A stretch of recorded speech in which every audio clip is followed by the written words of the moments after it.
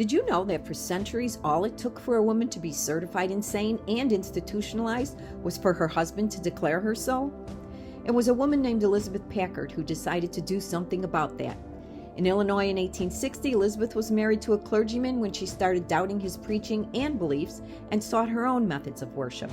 Her husband rejected her independent thoughts and secretly had a doctor posing as a salesman visit Elizabeth in their home. During this conversation, Elizabeth told him that she felt dominated by her husband and resented him telling people that she was insane.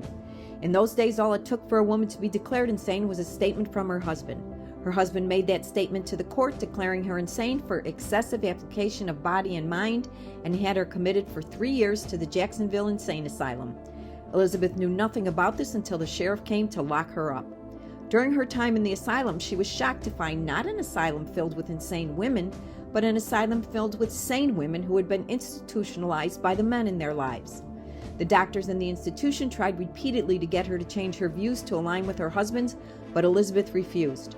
After petitions from her children, they finally declared her incurable and sent her home, where her husband locked her in a room and nailed shut the windows. She was rescued by a friend and eventually given a trial to determine her state of mind.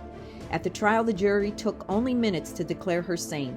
Upon returning home, she discovered her husband had rented out their home and taken all of their belongings and the children and moved out of state. Choosing to fight rather than surrender, Elizabeth took to the road, preaching about the evils of forced incarceration and the need for women to have legal rights when it came to their sanity.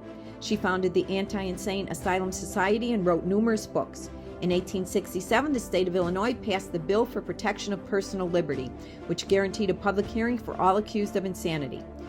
Elizabeth's work was not without controversy, however, as she was still a product of the times and advocated only for white women to have dominion over their own lives, believing they were spiritually superior.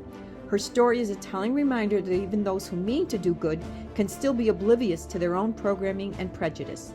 You can learn more about Elizabeth through her written works, including The Prisoner's Hidden Life or Insane Asylums Unveiled.